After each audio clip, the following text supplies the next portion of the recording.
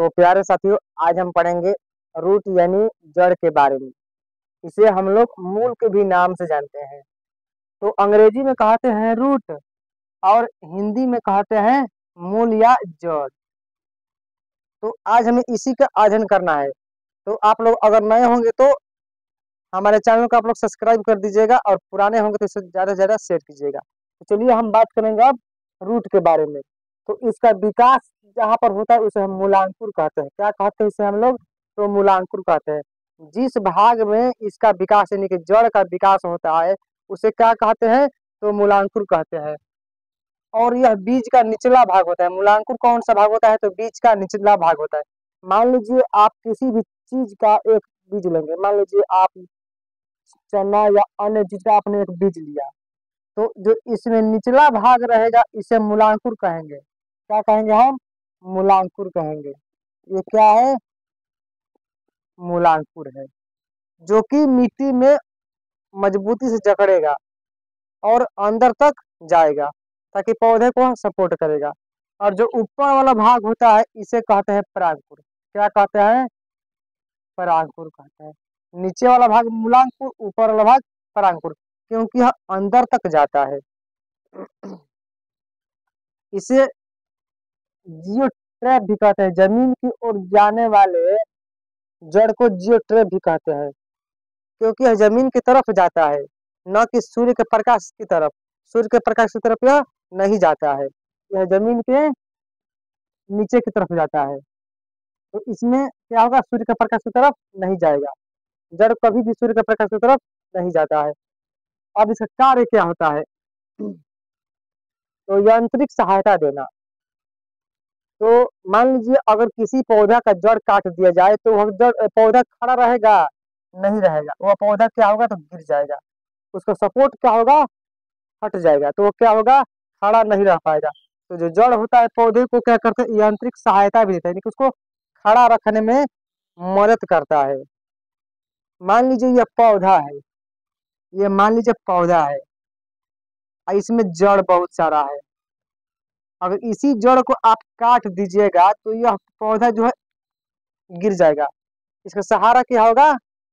हट जाएगा, जिसके कारण वह टिक नहीं पाएगा। तो इसका कार्य होता है कि यांत्रिक सहायता देना। और इसमें रूट हेयर होता है। रूट हेयर का मतलब क्या होता है? तो यह एक पौधा है, मान लीजिए इसका जड़ नीचे गया है, ये मान लीजिए जड़ है। तो जड़ में बहुत सारा जड़ निकला रहता है किनारों पर, उसे कहते हैं रूट हेयर। क्या कहा जाता है? तो रूट हेयर। यह क्या करता है? रूट हेयर की पौधों के लिए जल का अवशोषण करता है। अगर यह नहीं रहेगा तो पौधा का जल अवशोषित नहीं होगा और पौधा जीवित नहीं रहेंगे। तो जल का अवशोषण कराता है कौन? तो रूट हेयर, जो कि जल का अवशोषण कराता है। अब हम बात करेंगे रूट केप। रूट केप का मतलब क्या होता है? तो जो बीच वाला भाग होता है उसे रूट केप कहते हैं। वो थोड़ा मोटा होता है। क्या होता है? थोड़ा मोटा होता है इनसे, जो कि मिट्टी के अंदर तक जाता है। उसको खोद कर अंदर तक वह जाता है, धंसते चला जाता है और पौधे को मजबूती भी प्रदान कराता है। तो वह क्या होता है? रूट केप कहलाता है। तो ये था कुछ बेसिक नॉलेज। यह रूट का कुछ बेसिक नॉलेज था। तो अब हम ये बात करेंगे कि रूट कितने प्रकार का होता है, कौन कौन से प्रकार होते हैं। तो चलिए अब हम रूट के प्रकार के बारे में जानने का प्रयास करते हैं कि आखिर रूट कितने प्रकार का होता है और कौन कौन सा भाग होता है। तो अब हम अध्ययन करेंगे टाइप ऑफ रूट, यानी कि रूट के प्रकार, यानी कि जड़ के प्रकार कितने होते हैं। तो जड़ के निम्न प्रकार दिया गया है: मूसला, आरोही, परजीवी, अधिपाद और अपस्थित। ये सब है जड़ के प्रकार। तो सबसे पहले हम पढ़ेंगे मूसला जड़, यानी कि मूसला जड़ क्या होता है। तो जो मेन जड़ होता है उसे हम लोग मूसला जड़ कहते हैं।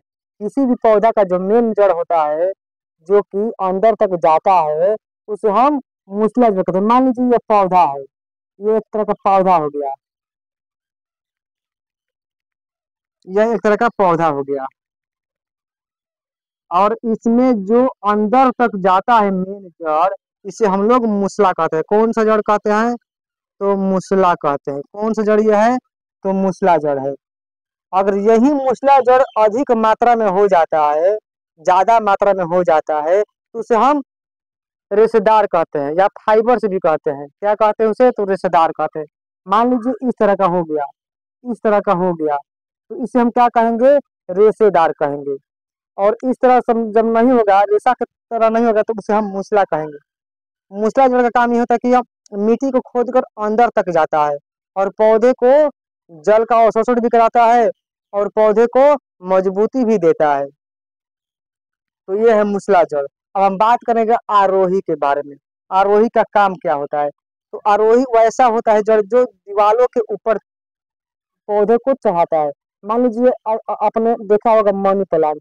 तो मनी प्लांट जो होता है किसी के सहारे चढ़ता है, उसे क्लाइंबर भी कहते हैं। क्या कहते हैं उसे? तो क्लाइंबर भी कहते हैं। वो किसी के सहारे चढ़ता है। मान लीजिए एक खंभा गाड़ दीजिएगा तो उसके सहारे भी वो मनी प्लांट चढ़ जाएगा। मान लीजिए ये खंभा हो गया, इसके सहारे यह चढ़ेगा, तो इसे हम क्या कहेंगे? मनी आरोही यानी कि क्लाइंबर कहेंगे। तो जो मनी प्लांट का जो एक उदाहरण होता है वह क्या होता है कि किसी के सहारे चढ़ता है। अब हम बात करेंगे परजीवी। तो परजीवी का उदाहरण होता है अमरबेल। क्या होता है? अमरबेल होता है। जो परजीवी होता है वो दूसरे पौधे पर निर्भर रहता है, अपने ऊपर निर्भर नहीं रहता है, वह दूसरे पौधे के ऊपर निर्भर रहता है और उसी से अपना क्या करता है? उसी से अपना नमी लेता है। क्या लेता है? वह नमी लेता है और उसी के सहारे रहता है। तो इसलिए इसे हम परजीवी कहते हैं, जिसका उदाहरण होता है अमरबेल। अमरबेल अमरबेल एक ऐसा पौधा है जो दूसरे पौधे पर निर्भर रहता है, वो अपने ऊपर आश्रित नहीं रहता है।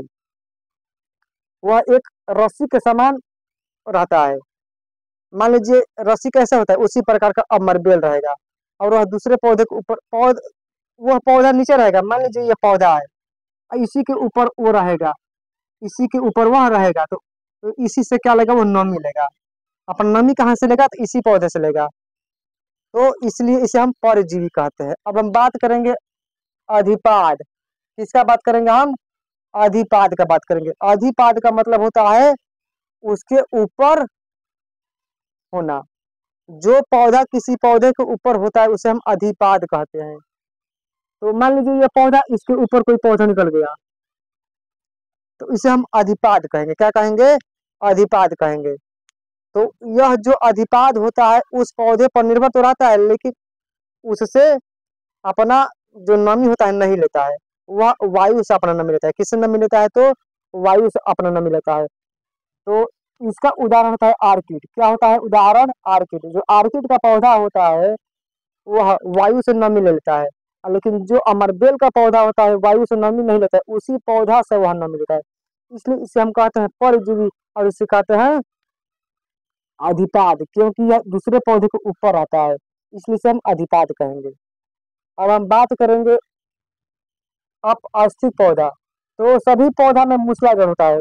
कोई भी ऐसा पौधा नहीं है जिसमें मूसला जड़ नहीं पाया। सभी पौधों में मूसला जड़ होता है, लेकिन ये वाला जो होता है यह दो प्रकार का होता है। अपअस्थिक दो प्रकार का होता है, एक होता है अस्तंभ मूल और दूसरा होता है अवस्तंभ मूल।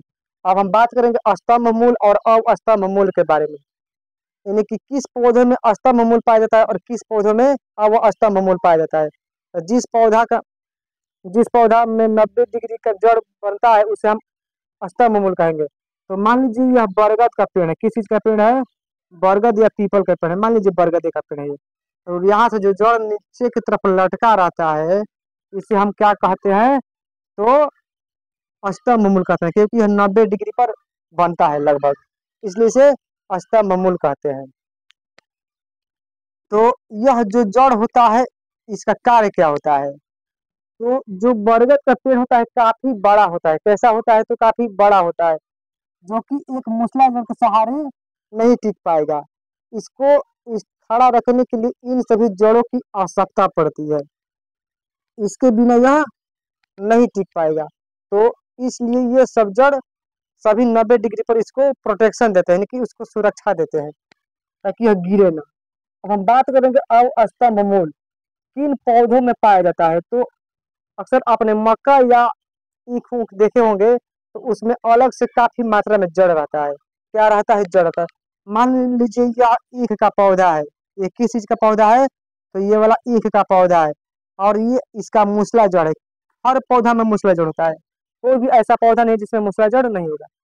तो यह मूसला जड़ है और इसके जो ऊपर होते हैं इसके सहायता करते हैं, इसे हम कहते हैं अवस्तंभ मूल।